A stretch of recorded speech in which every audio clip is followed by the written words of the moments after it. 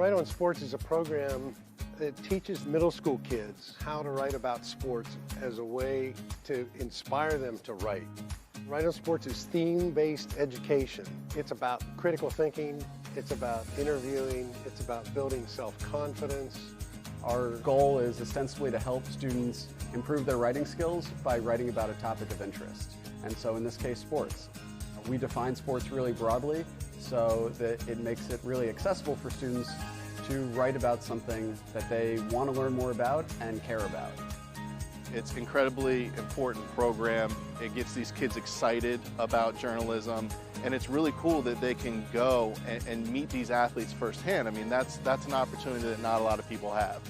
We have a student-teacher ratio of 4 to 1, which means that in this 2-week program, a child is getting a really amazing personal attention about what they're thinking, about what they're writing, about how to write. It's so rewarding to come back and help these kids. I can see these kids are so willing to learn. I mean, they're here in the middle of the summer writing. Like, that's just the coolest thing to me. It's the middle of the summer, and it's 3 o'clock in the afternoon, and the buses are ready to take the students home. And the students are saying, no, give me 2 more minutes. Give me 2, I gotta get this last sentence down. I gotta finish this story. So to me, that speaks volumes about how engaged they are when they're here. You can't ask for more than that. I really like to write. You know, I'm planning on being a poet one day, and so writing is like really essential to me. So writing and planning on our future stories is the most important part of my day. Taking the tools from this program as they make career choices, as they make life choices. You can do anything you want as long as you put your mind and your heart to it.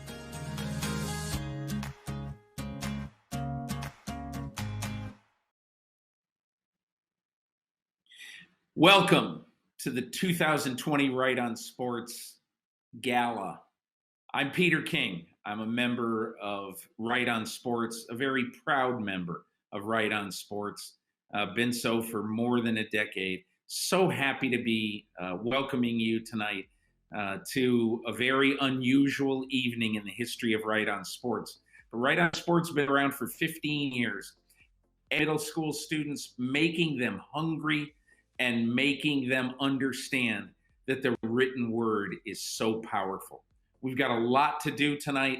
I do want to tell you that this is a major fundraiser for Right on Sports, as many of you know. So as much as you feel that you can help in this very, very difficult year financially for us and for so many charities and causes around the United States, it's vitally important that you help us in a tough time for everybody. You know, donations to all sorts of groups all around the United States are down 25% this year. And so we are feeling that at Right on Sports, and we want to, throughout the night tonight, urge you to help us do this very valuable work for so many kids throughout the country, but mostly in and around New Jersey. So what we're going to do tonight is we are going to try to tell you about some of the kids who've been impacted by Right on Sports. You're going to hear from them personally. And you're also going to hear from 2 of our guests of honor tonight. Jocelyn Willoughby of the New York Liberty, who is a Newark girl and making everyone back home proud. And you're going to hear from Dion Dawkins, a 4th-year tackle for the Buffalo Bills of the National Football League. He's from Rahway, went to Temple, is a huge, huge Jersey guy, and we'll talk to him a little bit later in the program. So what I want to do first of all is I'd really like to thank all of the sponsors that we have in Right on Sports, not only who've helped put this program together, but who have helped so many of the kids involved in our program do so many great things and to achieve the higher goals that they have set for themselves. Some of our sponsors, Kenneth Gruber. Ken, thanks so much. Ken loves what Right on Sports does. The Levin family, part of Right on Sports since the beginning. Nancy and Stephen McGee, also supporters from the start. Nancy was a volunteer at the first writing camp for Right on Sports. RWJ Barnabas, an incredible partner. Lou LaSalle, everybody at RWJ Barnabas have been a great help. The Astorino Financial Group, such an important partner for us. Thank you, Frank Astorino, and thank you so much for recognizing and doing something very good to help Right on Sports do good for these students. Also, Flapjack and the Hawk, thank you. John and Ann Goldsmith, thank you. Jerry and Mason Hop, thank you. The PNC Foundation, the Mironoff family, Dick and Marie Laventure, thank you so much. Pete and Betsy McKinnell, Dr. Ada Beth and Chuck Cutler, you've been great. Rose Callie, thanks Rose. You've been there as a cornerstone for us, and thank you. The Terrell Fund has been vital to work in our urban areas. The Heisman Trophy Trust has been great for us, not only with contributing stuff for things like auctions, but as a real inspirational thing for our students to aspire to, and also from the Hyde and Watson Foundation. Those are some of the people who have helped us do some of the good works that we do at Right on Sports. Last thing before we get started with the program, I do want to tell you that we have some great auction items tonight. You can see the auction items by going to rightonsports.org. Go to rightonsports.org, and right at the homepage, you can see the auction items that we have. There's golf outings at the Fenway Golf Club in Scarsdale, New York. You and a friend with Bruce Beck, the legendary NBC4 sportscaster. Also, an outing at the Sebonack Golf Club in Southampton, designed by Jack Nicklaus. You and 2 friends, 3 people total, to get that great golf outing. Glen Ridge Country Club, Glen Ridge, New Jersey, hosted by Frank Astorino. You and 2 friends, so 3 total to play golf with Frank. That'll be tremendous. Also, some champagne gifts, some sports memorabilia, a signed Martin Brodeur New Jersey Devils retirement night jersey and hat, a signed Nico Heischer Devils jersey, and also thank you, Jocelyn Willoughby, for that New York Liberty signed jersey. It's fantastic. We've got tickets to Red Bulls games. We got tickets to Seton Hall's men's and women's basketball games. We've got diamond cluster earrings. Please go to rightonsports.org or rightonsports.org/shop, and you will be able to bid on those wonderful items. I'd like to introduce right now a video about what 2020 has been like in the era of COVID.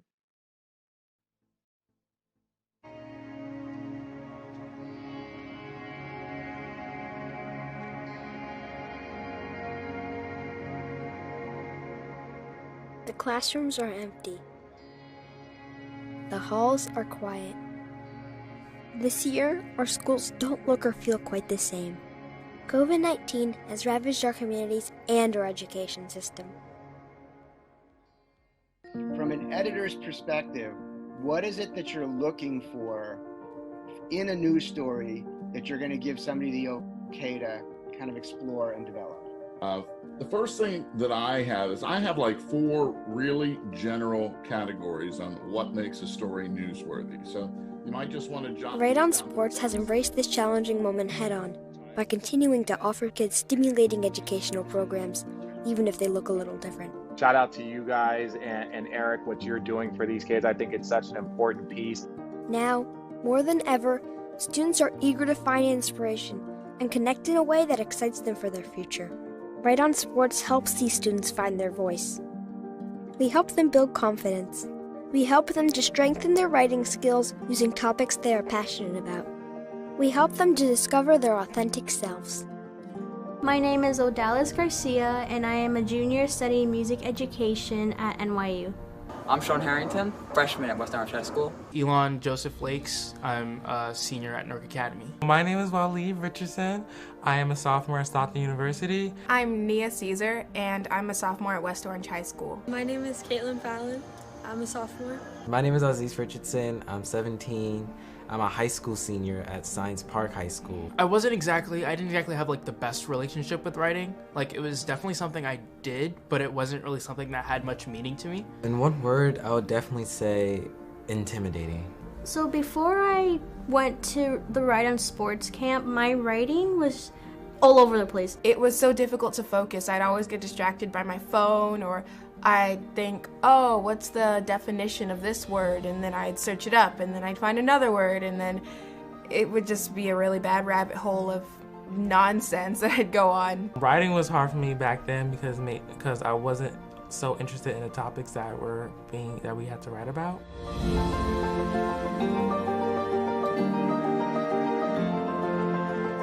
My experience at Write on Sports was phenomenal. I really loved it. I always found that really cool when the athletes and stuff would come in, because I feel like I always looked up to those type of people, and the writers too. Not only did I improve my writing skills, I improved communicating with my friends. All those new friends I made there, all those fun activities I get to play with them was so much fun. I felt like home there. Having teachers that would help us and guide us when it came to writing, but also just with attacking the source, analyzing it, started in those Write on Sports classrooms. I always liked writing, but I didn't like that I had to write about the specific thing that they wanted me to write about. So being able to pick what I was interested in just made me want to do more research on it, and I learned more about it even though I was already interested in it. So I felt like it made my writing that much better. You're writing about sports that happen now, sports that you're passionate about. In a public school system, you don't get one-on-one attention. And in Write on Sports, because of our wonderful 4-to-1 or 5-to-1 student-teacher ratio, each student gets attention. You spend the day, you write, you learn, you talk to the interns. I feel like the interns were definitely a big part of the experience because they're kind of like big brother, big sister figures that you see. You're like, hey, I could be that someday maybe. Write on Sports doesn't feel like school. It feels like more of a environment where they're nurturing you instead of saying, oh, you did bad on this assignment, or this didn't make any sense. What does this mean? And then they just give you a grade on it. It was just loose. It was free. I could do what I wanted basically. You're learning while you're playing. So what student doesn't like that? Seeing a kid stand up and say, my name is Byron Yake, and ask an athlete or a news person or a journalist or a broadcaster a question, a good question. We teach them how to ask good questions.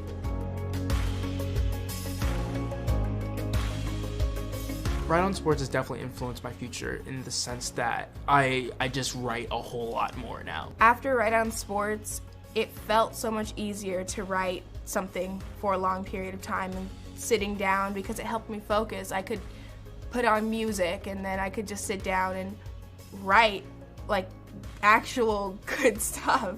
Such an amazing program, and I feel like not only for myself but for other people it really changes the way you view writing, and it makes you want to do it. Because Write on Sports helped me with gathering information, analyzing sources, describing them, putting it in your own words. Those small things, those add up. And so if you're able to write a paragraph or a page or two about something, it can definitely develop into 20 pages. We're filling a gap in the educational system by providing a special kind of education, using something that kids love and are passionate about. It can be something else other than sports. It could be music, it can be movies, it can be theater. It's theme-based education.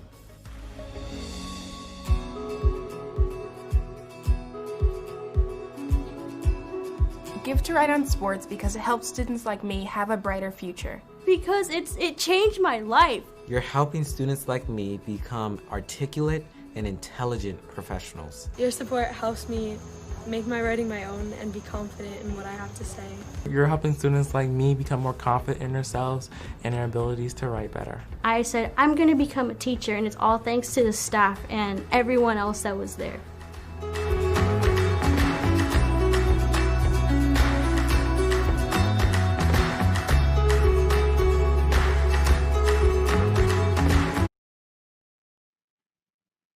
Isn't that what it's all about right there? You just heard somebody who could be your daughter, somebody who could be your niece, your cousin. Right on Sports changed my life. And that's why so many people, so many good people, so many journalists, so many teachers, why Byron Yake has been able to cultivate such a great organization of caring human beings, to really try to cultivate this giving and this ability in all of these people to give a little bit more than they thought they ever could, because you see the impact that it has on these children. And I'm just really grateful to be involved with this.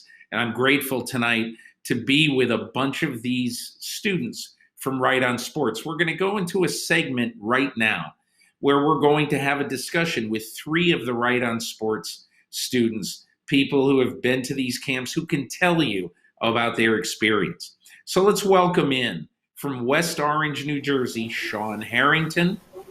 From Maplewood, New Jersey, Earl Hart III. And from West Orange, New Jersey, Frayne Jaroff. Welcome, guys. How are you tonight? I'm good, thank you. How I'm are doing you? good. Good. Sean, I'm going to start with you, and I'm just going to ask you, tell me about the Right on Sports experience, what it has meant to you, and maybe a project that you've worked on that you have found particularly rewarding. Well, I've been in the Right on Sports program since 6th grade, and it's really been a huge part and a very enjoyable part of my middle school experience. I started Right on Sports in 6th grade as an after-school club, and I did it all through middle school, all through the summers after 6th grade, after 7th grade, and after 8th grade this summer. And it's been something I always looked forward to and always something I found passionate about. And I went from a student who did writing just because I had to do it to someone who loves it and wants to do it as a profession in the future or something that I look forward to as a career. And a project that I really am very fond of this summer, I wrote about how performance enhancing drugs actually was a positive factor in baseball and how it saved baseball post-strike in 1994. And along with that project and many others, I've been able to find a lot more about sports, writing, and just delve deeper into the world we live in. Earl Hart, let's hear about your experience with Right on Sports and maybe a project you've been involved with that you have found rewarding. Well, I started Right on Sports in 6th grade. The experience has been really good for me, too. A project that I would say I'm really fond of is probably the project I did this year called Basketball Daily.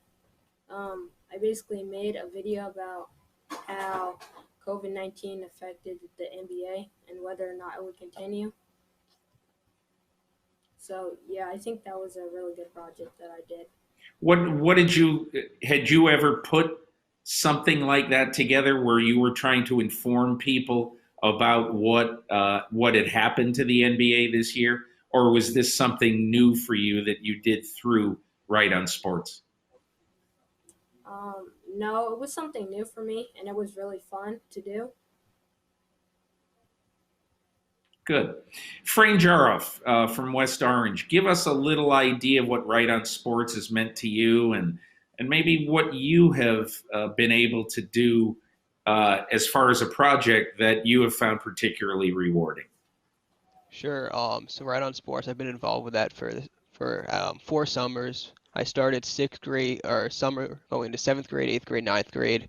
I took a few years off, and now going into my senior year, I went back. I've gone there with friends. I've gone there with my cousin, with my younger brother. It's been a great experience because it's a different type of writing. Like when we're in school, you're told what to write about. At Right on Sports, you do what you want to do, and that's just something that it's something that you just don't have an opportunity to do anywhere else. And so a project that I really did enjoy doing was this past summer, the podcast that I made with my cousin and my brother. And so the primary topic was talking about different types of cheating in sports. We looked at performance-enhancing drugs. We looked at using technology to cheat, like what the Astros did in the past. And then we looked at like tampering with equipment in order to gain an advantage over opponents, and look at the ramifications and how it damages the integrity of the sports. Frayne, I'll ask you one question, one follow-up about that. What's your feeling now about how the Astros have become almost villainized in sports? And if there really were a lot of fans at games this year, they probably would have gotten booed heavily at every one of their road games. I mean, what did you learn about what the Astros did, and do you think it's dangerous? Absolutely, I definitely think it's dangerous. I mean, if anyone who doesn't know, they use technology. They use cameras, iPads, and different technology to steal the signs of the other team. So ahead of the pitch, before the pitch was coming, they knew where it was going to be, what type of pitch it was. That gave them an advantage at the plate hitting. And so they won the World Series in 2017, and that entire season, they're suspected of having cheated. I feel like they could have, Major League Baseball could have done a better job in terms of punishing them. So while the manager and general manager, they were both fired and suspended for an entire season. No player faced any punishment. But I think fans next year will do a good job of punishing them with the booing. I think so too. I'm just going to open this up now for you three guys. If you know, I've only been in this business for 41 years now, so I don't know if there's anything you might want to ask me about it. I'm ready, so fire away. All right, I'll go first. What makes sports journalism different from all other fields, not just in writing, but also in entertainment and in journalism itself?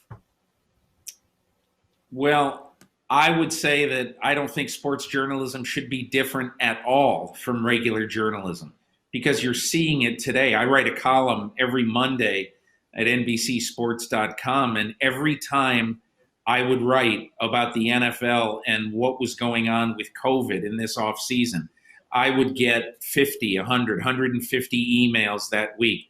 Stop writing about COVID. We're sick of it. Just please write about football. Tell me how Brady's going to do with the Bucs.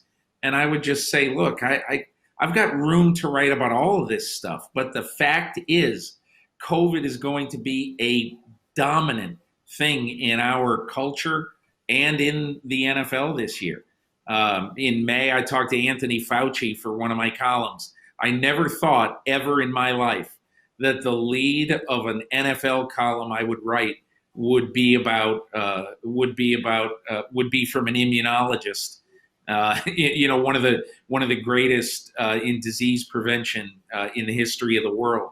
But that's just where we are right now as a country. So my advice to you, Sean, would very simply be, you should cover sports exactly like you would cover a city council meeting, politics, anything like that. It's news, and you should treat it as such.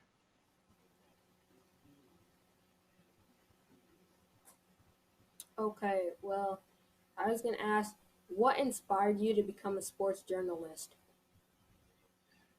I never thought, Earl, that I would be a sports journalist. In fact, when I went to college in Ohio in the late 70s, I never wrote sports when I was in college. I thought I was just going to work somewhere and cover local government, local politics, something like that.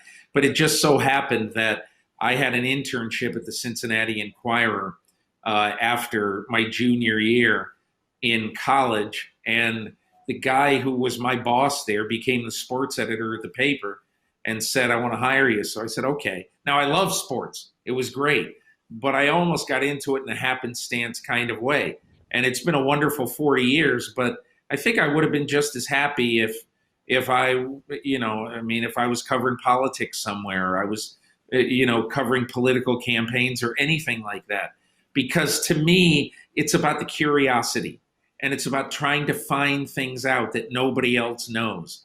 I once had a professor in college who said to me, your job is to take me where I can't go and to tell me things that I don't know.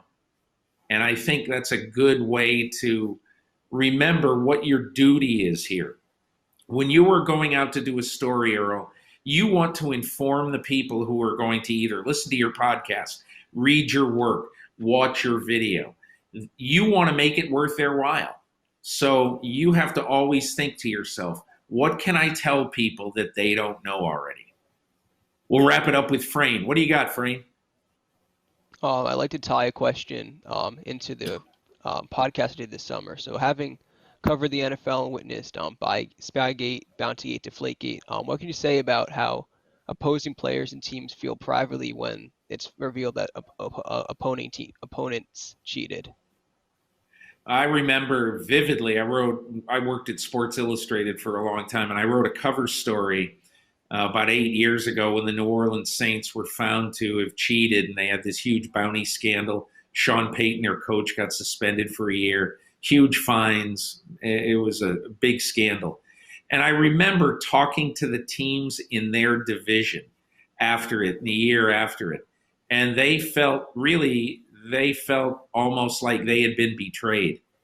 And that, hey, it's all's fair in love and war and all that. But, you know, to go after people and to put bounties on players like they did with, like Greg Williams, their defensive coordinator, clearly did.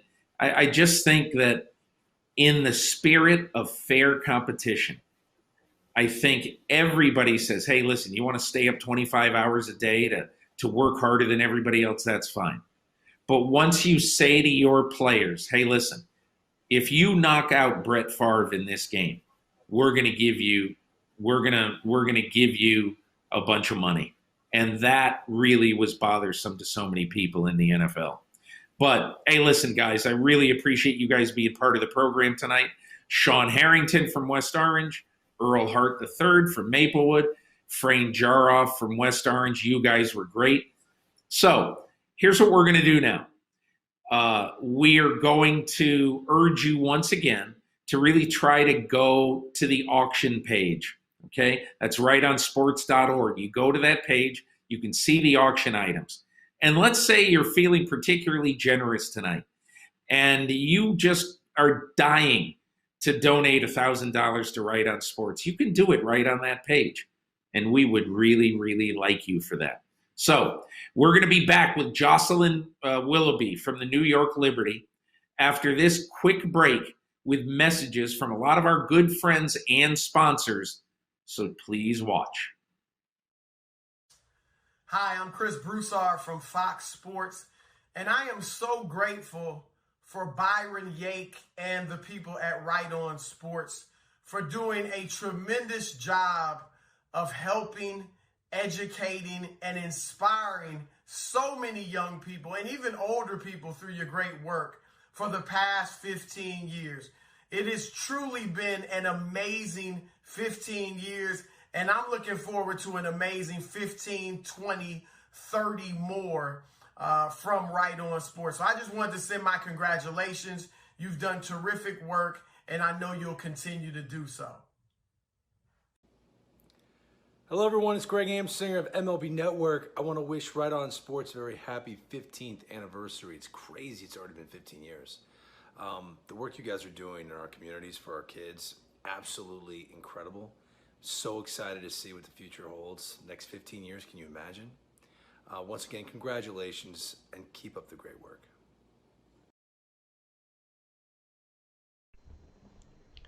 Good evening. I am delighted tonight to be with Right On Sports and to participate. I have owned and developed a private wealth management firm for 35 years, and my favorite role is facilitating tax savings for affluent and high net worth individuals. It is most gratifying when our team of professionals can uncover significant tax saving opportunities and to be able to take some of those funds and give back to community and worthy causes. In today's accelerated change and uncertainty, our youth craves for learning, leadership, and legitimacy in a globally competitive world. With Right On Sports, young students can be inspired by their chosen heroes to research, write, and express themselves real time with other successful achievers. This gala, even virtual, is an opportunity to widen the lens for giving in a purposeful way. Our youth needs us, our communities need us, and our world needs us to foster truth in our media and journalism. Truth that not only inspires, it makes us relevant in the solutions of our world challenges. Let us make these young aspiring students tap into limitless talent and opportunity. Thank you, Byron Yake, the Board of Trustees, and all of the faithful contributors to making our world a little better for our young and for all of our own futures as we navigate through these unprecedented times. The Astorino Financial Group welcomes the opportunity for a second opinion on how to give more without becoming less economically. Charitable trust planning is the pinnacle of wealth management, and I can attest to its constructive use because I'm a user of such instruments. Enjoy the evening. It's a delight to be here. If you need to see a doctor, RWJ Barnabas Health has 2 easy ways to do it from anywhere. You can see an urgent care provider 24/7 on any device with our Telemed app. Or use our website to book a virtual visit with an RWJ Barnabas Health Medical Group provider or specialist, even as a new patient. You've taken every precaution, and so have we. So don't delay your care any longer. RWJ Barnabas Health. Let's be healthy together. Hey everybody, it's Dave Popkin with Seton Hall Radio. Happy anniversary, Right On Sports. You've opened a window of possibility for so many youth. Congratulations, and keep on rocking. Hey, it's Chris Carlin from ESPN Radio in New York City. Congratulations and happy 15th anniversary to everyone at Right On Sports. It's an amazing program, and you continue to make a great impact on all of our future sports journalists. Well, thanks so much, Chris Carlin. Thanks for your support of Right On Sports. And thanks to everyone for their support of Right On Sports as well. Once more, auction items. RightOn.org. Go get them, bid on them, go play golf, go do something fun. All right, I'd now like to welcome into our program Jocelyn Willoughby of the New York Liberty. Man, we've got so much to ask Jocelyn Willoughby tonight. I'm going to ask a few things first, and then we're going to get our students to ask. Jocelyn, hi, very nice to meet you virtually. Same. Thank you for having me. I'm so excited about tonight. Okay, great. So I'm in Brooklyn tonight. Where are you? Same. I'm in Brooklyn right now. All right, good for you. So Jocelyn, I was reading about your career, and the one really interesting thing that got to me was that, first of all, out of Newark, you choose Virginia, which I think is really one of the great places to go to school in America. How did you go from Newark Academy to the University of Virginia?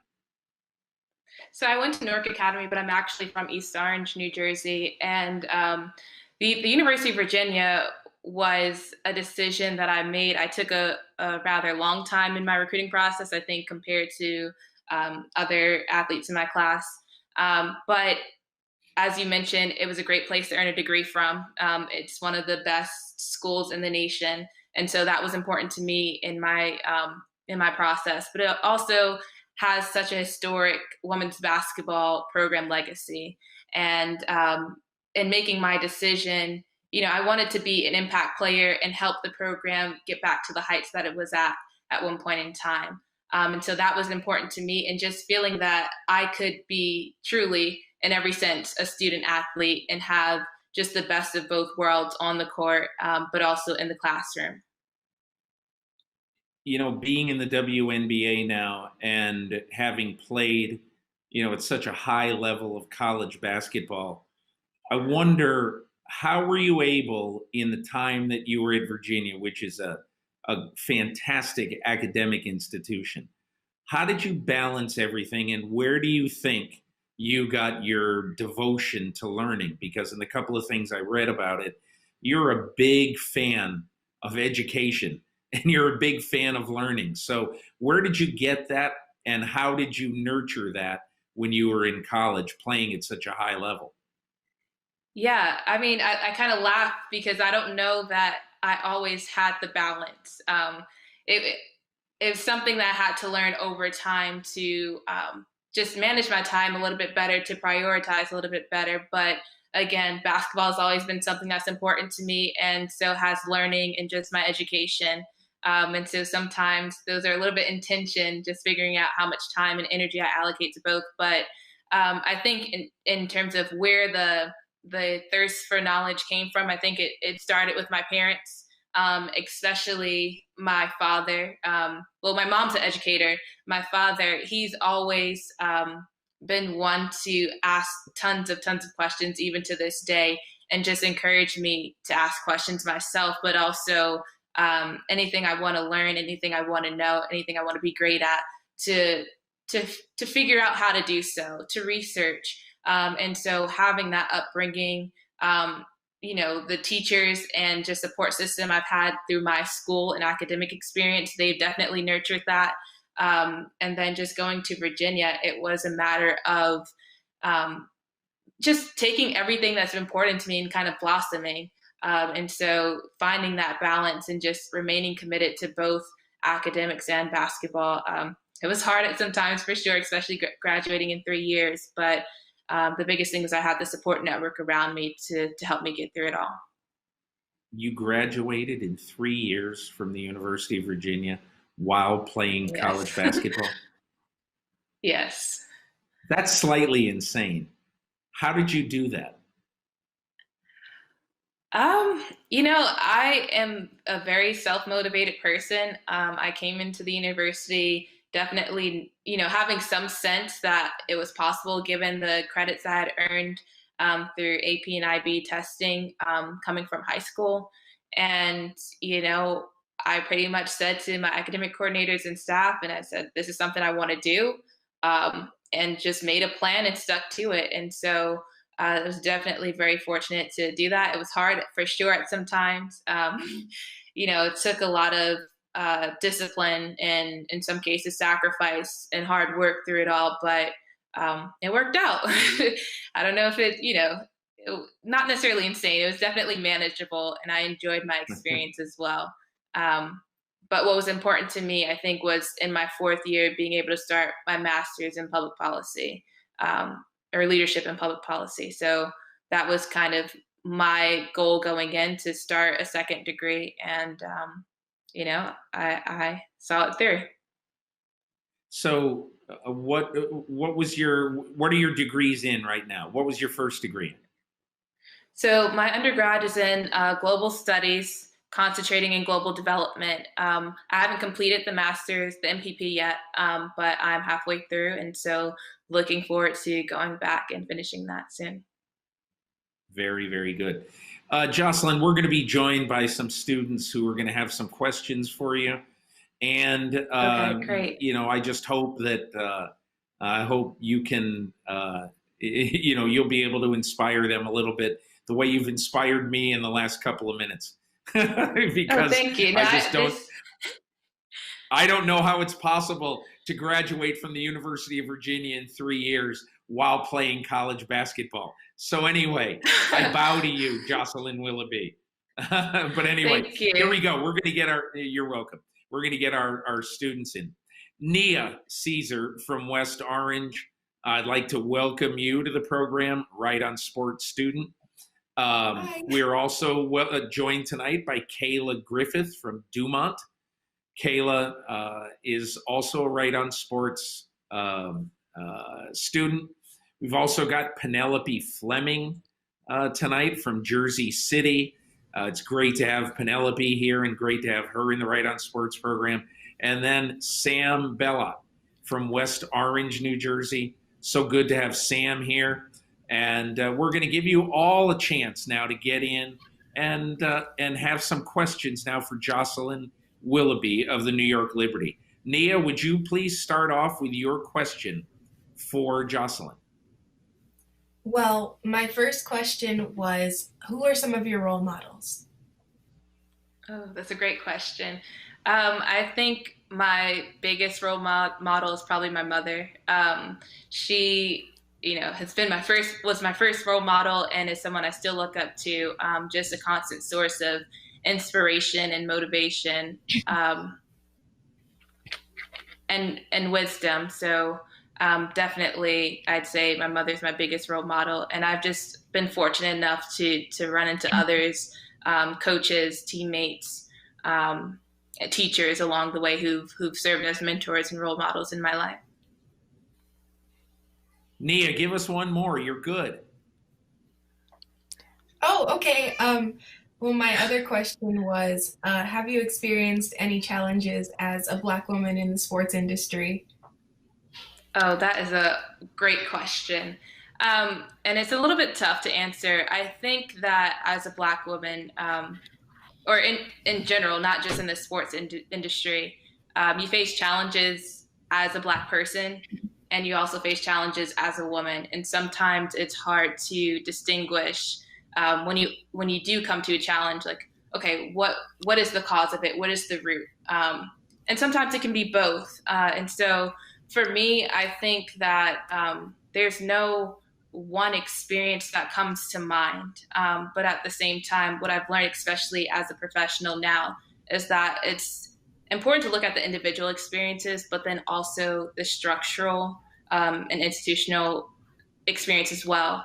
And so thinking about the WNBA, a league that has predominantly Black women, thinking about things like endorsements, especially from beauty companies, that's not something that we've experienced as much or been granted the opportunity to have as much, which is really important, especially when you think about the difference in income that you have between the WNBA and the NBA, for example. So that will be a challenge that, now that I'm in the league, is something I'm more aware of and experience now, but it's not necessarily just affecting me as an individual. And so I think those are things I'm, learning more about, experiencing more, and just trying to figure out, okay, how to impact. Kayla Griffith has a question. She actually stole my question, Jocelyn, because she wants to grill you about life in the WNBA bubble. Kayla, go ahead. Hi. What was your experience like playing your first season in the bubble? I had a great experience. It definitely isn't the experience that I would have expected. I don't think anybody expected the year that we're having right now, and for this pandemic to last as long as it has. But I thoroughly enjoyed my experience. I feel like I learned and grew a lot as a person, as a professional.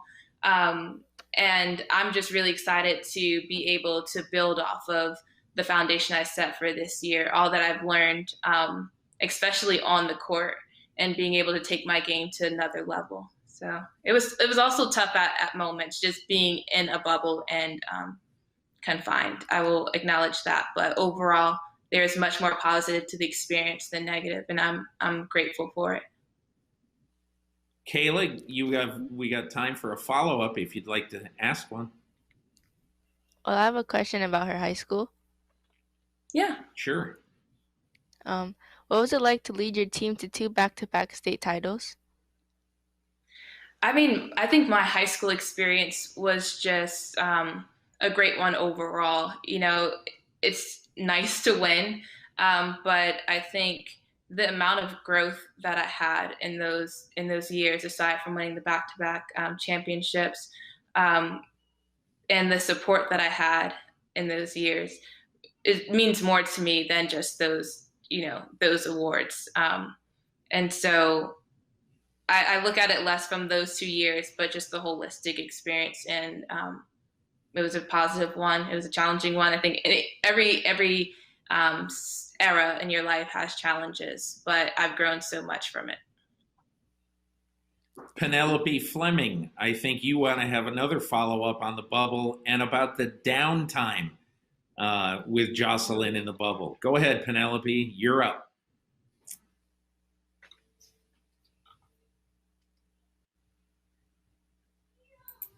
What did you do to pass the time? So There. Hey, I'm sorry, Penelope, can you repeat? You were mostly muted there. Oh, okay. I'm sure you and your teammates had a lot of downtime when you weren't playing in the bubble. What did you do to pass the time? Yeah, there was a lot of downtime, but there also wasn't, because we were playing games pretty much every other day. And with that, you have to prepare for the next game, even though you've just played another game. And so a lot of it was downtime in the sense that you weren't necessarily constantly being physically active, but mentally you were always on, I felt like, because you were either watching film from the game before to figure out how to improve, or watching film on the team that you're going to play next, and preparing for that. But it was also really important to find times to step away from basketball, just to avoid burnout. And so for me, I like cooking, I like reading, just hanging out and getting to know my teammates and doing those small things, but that bring so much joy and just recharge you, re-energize you to be able to take on that next day, and continue your profession, or my profession at this point, and work. Nia, Kayla, Penelope, Sam, thank you so much for joining the discussion tonight. And we're so happy to have you involved with Right on Sports. You're all very, very bright lights in the program. I've got one final one for you, Jocelyn. So I live 3 blocks from Barclays Center. And I want to know, if I come to a game next year and my wife and I are sitting there at Barclays Center, will you even give us like a little wave? Yeah, I mean, it shouldn't be an if, it's when you come to the game. We definitely love your support. But yes, if you come, I'll definitely be sure to wave. Good. Yeah. Well, we're going to go. I mean, when the Liberty drafted Sabrina, I said, we will be going to games. I mean, it's right up the street. And then the pandemic happened, and you know what happened. So anyway, I look forward to seeing you there. And Jocelyn, thank you so much for helping Right on Sports and really being a bright light for all of the kids in our program, because it wasn't so long ago that you were in their shoes and they see what can be accomplished through hard work. So thank you so much. Thank you. Okay, that's Jocelyn Willoughby of the New York Liberty. We thank her very, very much. So now we're going to get to a couple more videos, but before we do, I'm going to harangue you. I'm going to tell you one very quick story about donations. And it has to do with Dick Vitale. Most of you know Dick Vitale and who he is. He's the awesome baby guy at ESPN. He's 80-something now, but he just still loves sports and everything. He is a huge, huge Tampa Bay Rays fan. But the one thing about Dick that I think is absolutely phenomenal is he told me, when I told him I was involved with this event, he goes, you should tell the people who are involved with that there will never be another year like this one. And we desperately need your help. If you're going to help us one time, ever, ever, ever, this is the year. So please go to rightonsports.org, donate, donate, donate, auction item, auction item, auction item, and we will love you forever. So we're going to get into our next video. So Byron Yake founded this organization, 15 years ago, a little more than 15 years ago. And he had this idea in mind. I want to help kids who need our help. And so I want you to hear from Byron directly, and just to hear what a selfless, incredible job he has done with Right on Sports. Good evening. My name is Byron Yake. I'm the founder and executive director of Right on Sports. Welcome to our 15th anniversary celebration. It's hard to imagine doing anything for the first time after 15 years. But given the circumstances of COVID-19, I'm doing just that with this video speech. I'm thrilled that you have joined us tonight to see Right on Sports in action. As students, the heart and soul of our program, interview special guests. Back in 2005, the idea was clear to me. that if we could teach middle school students how to write about sports, we could help them develop an interest and love of writing. It was a good idea, and it turns out it works. Write on Sports is an innovative literacy enrichment program designed to develop students' writing and confidence-building skills through their passion for sports. These are skills that these youth will use every day, in and out of school, for the rest of their lives, regardless of the direction the world takes them. For some, it will be a career in journalism, something that has been dear to me for more than 30 years. I was once a sports writer, and I remember the challenges of interviewing athletes and the difficulty of learning to write a story under deadline. It can be intimidating to look an athlete in the eye and ask a good question. Some 2,000 students have participated in Write on Sports, and these kinds of experiences and lessons lead to improved self-confidence, critical thinking, and journalism skills. Sometimes the effect of our program can be very simple. Kevin Lopez, a former Write on Sports student and now a law student at Fordham, says the most important thing he learned in camp was not to fear a blank piece of paper. While we want to reflect on the highlights of our 15 years and celebrate the successes, our true excitement is about the future. Our focus is building new programs in New Jersey and beyond in the years to come. We are expanding immediately to a year-round workshop program, 1 day a month for students who participated in our camps. This will engage high school students in addition to middle school students and provide a mentoring component. Our student-teacher ratio of 4-to-1 or 5-to-1 allows teachers to provide unique personal attention to students.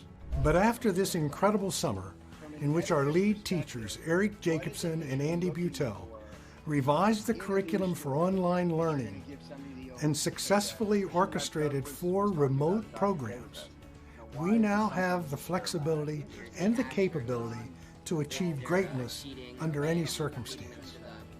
The success of Write on Sports is traced back to you, our supporters, our donors, our volunteers. You have embraced the program and supported it. And now we ask for your special help in this year, the most challenging year of our history, and help put us in the position of growing and expanding as we're capable of doing. Please head to our website, writeonsports.org, and bid on a silent auction item or make a donation. Thank you so much for your support and for helping to make the future even better. We are profoundly grateful.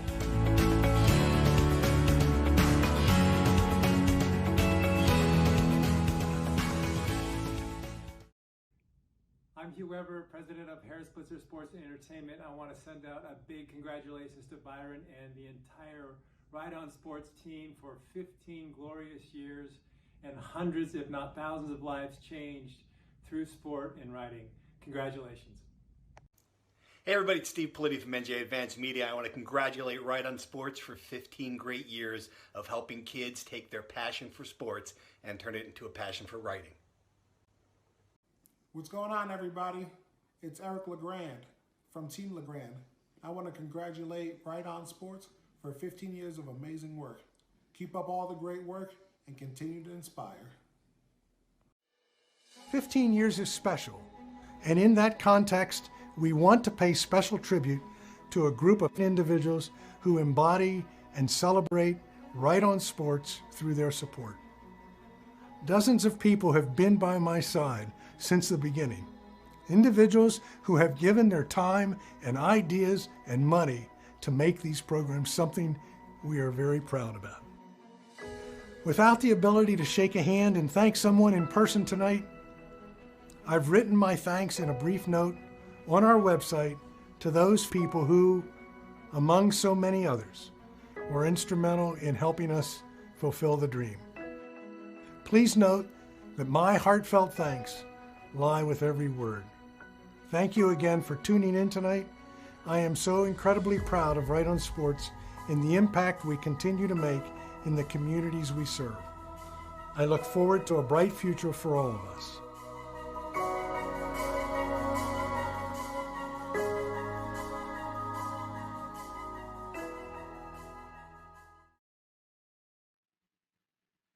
Byron Yake with Roberto Clemente in the Pirates locker room. Now, Byron, I'll say two things about that. Number one, that is really, really cool. It's really cool that you get Roberto Clemente one-on-one by his locker. But that also means you're about 963 years old.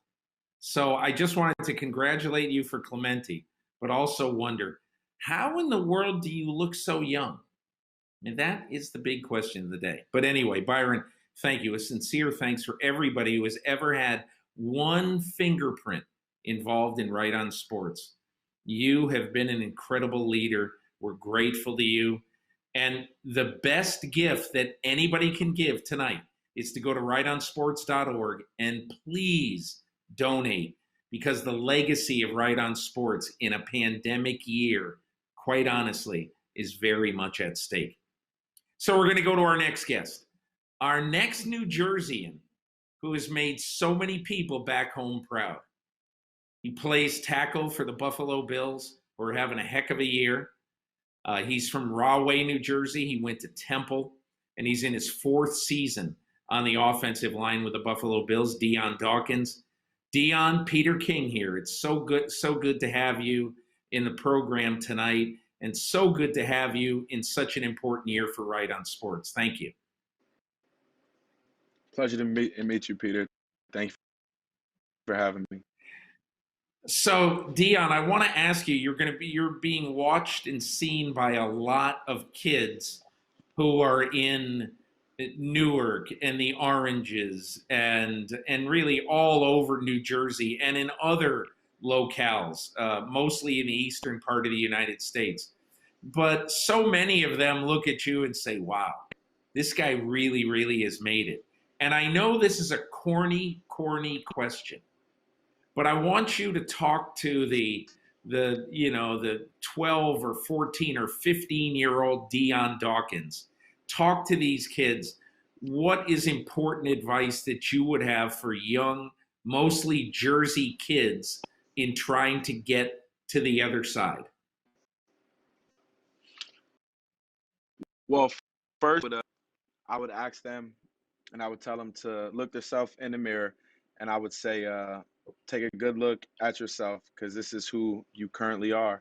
And there's so much more to be done. And honestly, just to truly believe that you can do it, even though that you're going to have doubts that you won't be able to definitely in the direction of your dream and of your plan. And don't let anyone steer you and continue to shine and continue to let that jersey. We are going to bring in Daniel Aguilera from West Orange and talk for a moment. We're going to try to fix Dion's microphone and his internet a bit. But Daniel, are you there? Can you hear me? Yeah. Is my mic good? Yeah, your mic is very good. How are you doing tonight? I'm good. How are you? I'm doing well, thanks. So I'm going to ask you a question, and then you're going to ask me a question. You ready? Okay. All right. So I want to know, why did you get involved in Right on Sports? What has it meant to you? So I got involved in Right on Sports in 6th grade in middle school. After school, there was a program that I got recommended for, and then from there I found out about the camp, and it's been a great experience. I mean, it's absolutely improved my writing, and I feel that once I started going to this camp, it completely changed like my mentality about writing, and I became very confident in everything that I was writing. And yeah. And do you feel now that, when you're involved in writing something that you really enjoy, assuming you like sports, when you write something that you really enjoy, you find you want to do more of it? Absolutely. one of the greatest things about the camp is that it doesn't feel like school at all. You really have a freedom to write about whatever you want, and I feel with the camp that it really allows me to freely express who I am in my writing, and because of that, it makes it more comfortable and enjoyable. You have a favorite experience at Right on Sports or a favorite interview that you've done? Yes, at the camp. So the best part, in my opinion, about the camp is when we get to create our videos, our feature story videos. And pretty much we get to work with our friends at the camp and create a video about a sport topic of some sort. You have a lot of freedom on what that can be. And so each year, my friends and I, we would go to make an informative video, but in a funny way. We try to incorporate like comedy into it. So I remember my second year at the camp when we made the video, we talked about cheese rolling in the UK and whether or not it was a dangerous sport and whether or not it should continue to be played. And so I don't even know there what was this cheese story. rolling is. What is it? So in the UK, they take a barrel of cheese pretty much, and they go to this very steep and dangerous hill called Cooper's Hill. And what they do is they just roll the cheese down essentially, and they tell all the contestants, "All right, we're gonna roll it down, and we're gonna count to three. At three, you can go tumbling down and just fall down the hill, and risk any injury you can. And if you can catch a cheese or beat the cheese down the hill, you win." And um, it's very funny to watch if you watch clips of it, but it's very dangerous. So that's why we created the video of it we debated whether or not it should be continued to be played. Did you actually do a cheese rolling event? Yeah, we were able to shoot. So at Montclair State University, we weren't able to find like a massive Well, hill. There that's was a like a hilly little place. tiny hill.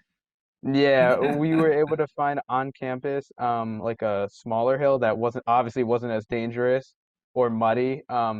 And we shot like a little like 15-20 second clip of us reenacting like a competition of it. We had one person roll like a ball down and then everyone else just tumbled down, and that was really funny because then watching that back, you just see everyone just falling down the hill, and it was really good.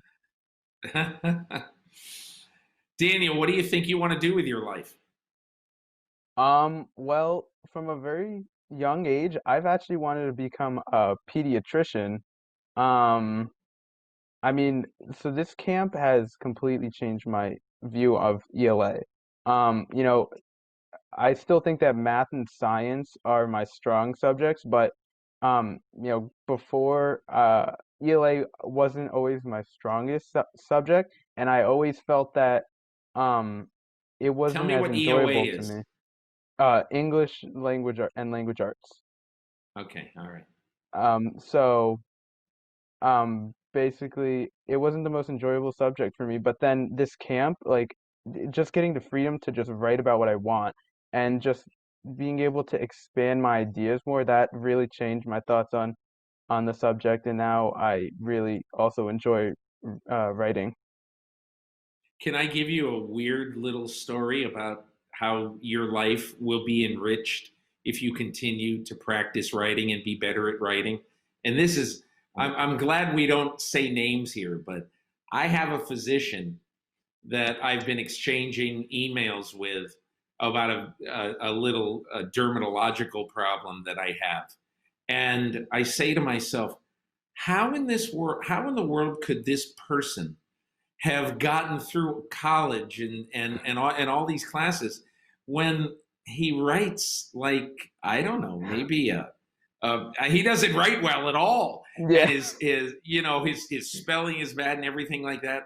And I just say to myself, and this is a weird thing to say, but my opinion of my dermatologist has been changed after reading some of the things that he's written to me.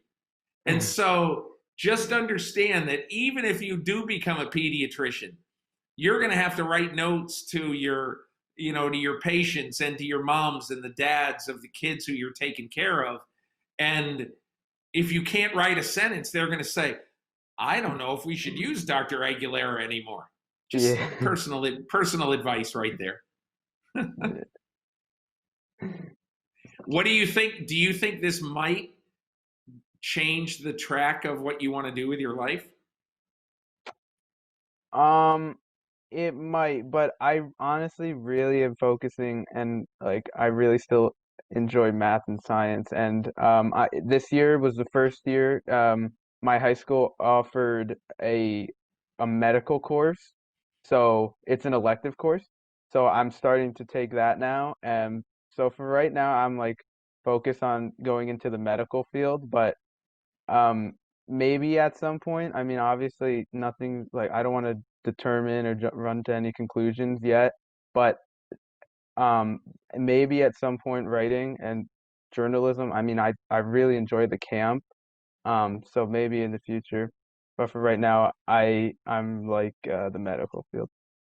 Maybe you could be Sanjay Gupta.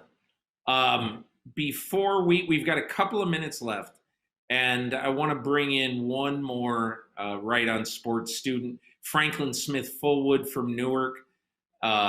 Franklin, we appreciate you being a part of the program. There you are. And as I commented before, I absolutely love your headphones. So thanks. I'm going to ask you, what have you really taken from Right on Sports? Can you give us a highlight of your experience with Right on Sports? Yeah, so Right on Sports is overall just, well, can you hear me first? Yes. Yeah. Okay. Yeah, so Right on Sports is overall just a really great program for kids like me. I joined when I was going in the 7th grade this summer, and like it's just been an amazing experience being able to. I used to hate ELA, but now it's one of my better subjects. I'm taking honors ELA freshman year. I've always loved sports, so this was definitely a good opportunity for me. I've always been a good reader and writer. So when I learned that I could write about sports, it was really just monumental for me. And that was the year I started getting into hockey. So now I'm a really big hockey fanatic, but that really helped because I got to write about hockey and I got to really see like the management side of it. And now I'm just more interested in like what a GM does and owner does, coaches. Wow. Could you imagine being the GM of the New Jersey Devils? That's why I have NHL 21.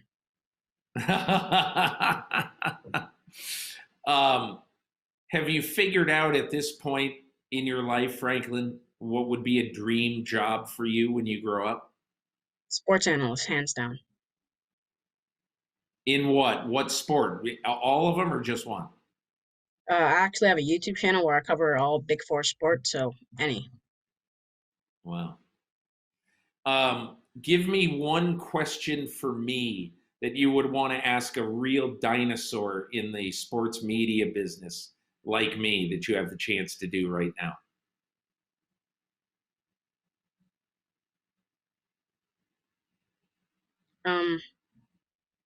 What's your overall biggest takeaway from like people in the business that like got you to where you are today?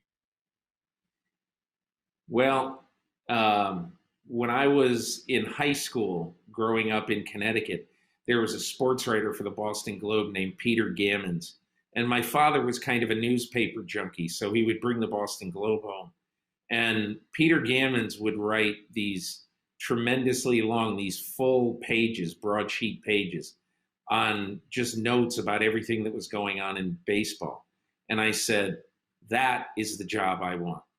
I want to be able to write about baseball and tell people things they don't know about baseball. 15, 20, 30 things every week. And it's bizarre, but that's kind of what my column has become in football. And I've become a huge I still love baseball, but I really I kind of fell in love with football kind of later in life. So that has really been a fun thing to be able to do now. But I think it was just having people to look up to the way you're talking about, maybe having people, who have helped you and Right on Sports to be able to look up to somebody. We are going to bring Dion Dawkins back in. Oh, we don't have him. All right. We do have him. All right. Dion Dawkins is back. Daniel, I'm going to ask you if you have one question for Dion Dawkins. We have a couple of minutes left. Daniel Aguilera, you are on with Dion Dawkins of the Buffalo Bills. Hi, Mr. Dawkins. Thank you for being here. So you are a successful professional football athlete, but I want to go back to when you started and were growing up. So growing up, what sports did you play, and what sport did you enjoy to watch? Um, well, what's up, man? Pleasure to meet you. But so in middle school and high school, I did multiple sports. So in middle school, I started off with wrestling. Then when I got to high school, I bowled. I did track and field, football, and basketball.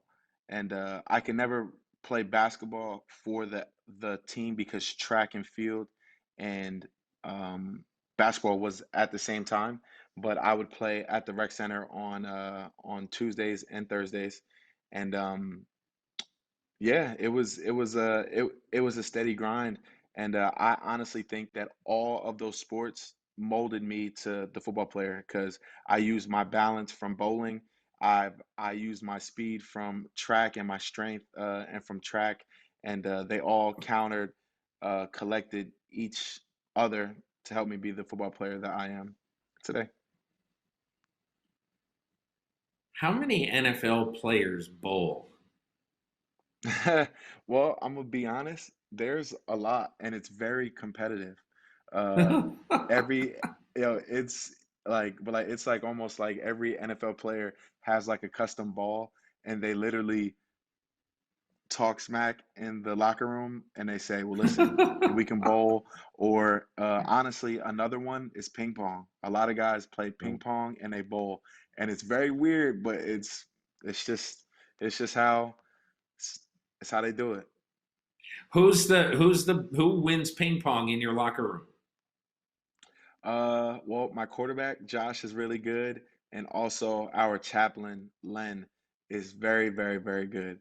And it's actually kind of crazy like how good Josh is. I honestly think if Josh like would have took it serious and like had a coach, he could have probably been Olympic ping ponger. Wow, which is very interesting. right, which Yeah. is different. Daniel, you got one more for Dion Dawkins of the Buffalo Bills. Okay, so COVID-19 has been a main topic of the year. And so in particular, do you think that the NFL and the Bill staff are doing enough to keep you guys safe? Um, yes. At first, going in, I had no idea what to expect, and I was like, wow, well, if the world can't get it together, how could an NFL team get it together? But honestly, I think that the Buffalo Bills, like organization, has done everything in their power to keep us safe. Literally, there's people that walk around cleaning and wiping off equipment. If we're in the weight room, literally after every set, they're wiping down every piece of equipment from the weights to the benches to the pull downs to everything, like to the medicine balls. And there's kind of like officers that walk around and they constantly like keep us like in check, whether if somebody like has in their mask like just underneath and their nose just a little bit, they hey just pull it up, and they're doing everything.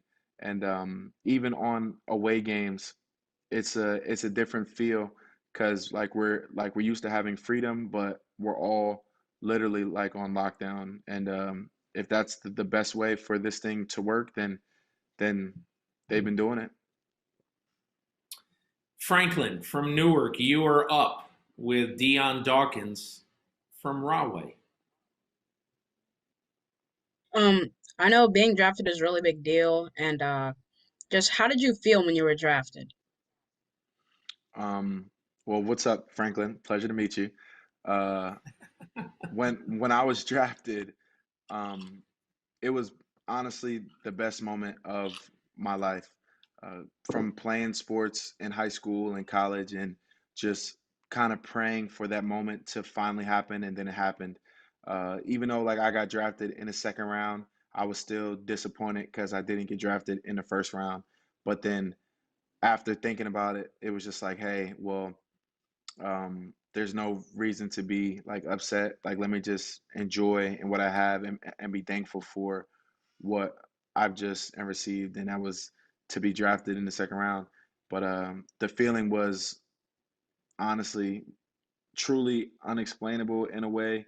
But it was a feeling that I will never forget. Daniel Franklin, thank you so much for being a part of the program, for the last couple of years, and thank you so much for being involved tonight. Really appreciate it. I'm going to finish with one more question for Dion. Dion, before it broke up a little bit when we were talking about Dion's Dreamers. And so I think it's really kind of cool that you're very young in your career, and yet you have established this foundation to help a lot of kids who are less fortunate. So I wonder, DionsDreamers.org is the website, DionsDreamers.org. No periods in Dion's Dreamers, DionsDreamers.org. Tell me if there are people out there who want to be involved or want to help your foundation, what will they do? Well, they can literally funnel everybody to us and my team, and literally it depends how much they want to get involved. I mean, like if they want to be a mentor, if they want to put out their information for people to and reach them, like to be underneath the umbrella, they can do that. They can also give and donate supplies and just different avenues for other people to and receive help.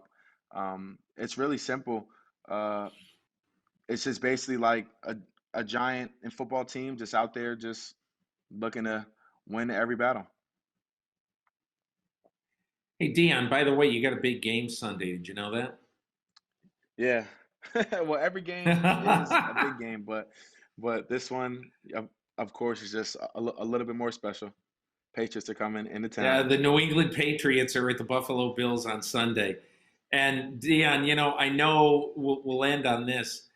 It's got to be so weird to not have 70,000 people screaming in the game and having to basically provide your own kind of motivation, away from the fans. What has that been like so far this year? How weird is that? It is extremely weird. And I would say it's a little weird because every stadium is different, right? Like the Buffalo Bills, like the New York team, but specifically us, we don't have no fans at all. Then we go and play the Dolphins, which is in our division, and they have fans. So it's kind of like a ping pong effect of going from not having it and then having it. And then other teams using it for their advantage and us not even having that tool. But when we're playing with no fans in the Buffalo Bills stadium, they pump like crowd noise. Basically, like if somebody were to hook their phone up to the aux cord and just press play of fake fan noise is like what it sounds like. And the most the most weirdest thing was a couple of times it seemed like somebody accidentally pulled the aux out and it just went quiet. And I mean dead quiet. And then they hurried up and plugged it back in. So it was just like, and then we got back to it. And it was really, really different and really weird. But it's definitely an experience. And in 2020, I can tell the story for the rest of my life. It's funny. Jason McCourty of the Patriots told me after the first game of the season, he goes, it's like, I said, what was it like in an empty stadium? And he goes, it's really like a high school scrimmage when you sort of get on the bus and you go to this school and there's no fans there. And there might be about 10 or 15 parents, but there's nobody. There's nobody making any noise. And maybe you can hear your dad yell or your mom or something, but there's nothing. There's absolutely nothing. And he goes, man, it's kind of deflating, to not have fans there. So I guess as well as everything you learned this year, you learned that it'd be nice if Bills Mafia could show up to the game. Yeah, it'll be nice if the Bills Mafia could let their presence be felt physically, because they for sure do it on social media. Yeah. Dion Dawkins, listen, really, really appreciate you taking the time to be with us tonight and to support a cause, a great, great Jersey cause. You're a good Jersey guy. Thank you, Peter. Dion Dawkins, and we thank him. We thank Jocelyn Willoughby. We thank all of our students tonight. So we're going to wrap it up. I really want to thank all the students for participating, for asking questions, for being involved in this program. As you can tell, when you watch over the last hour or so, you can tell this changes lives. Please, if you can tonight, go to the website, rightonsports.org. Donate. This is the most important year of our existence. rightonsports.org. Donate. There's also auction items that you can click to right from there. Some great golf trips. Please donate. And when you wake up in the morning after you've donated tonight, say, you know what? I want to donate one more time. So, listen, thank you so much for being involved in this tonight. And I have never done a virtual MC at a gala before. And I just want you to know that it was probably pretty strange for you all to watch it. It was really, really strange for me to do it. So anyway, but listen, Byron Yake, you're the best. Everybody involved in Right on Sports, you're second best. And thanks so much for an enjoyable evening. And please support Right on Sports. Good night, everybody.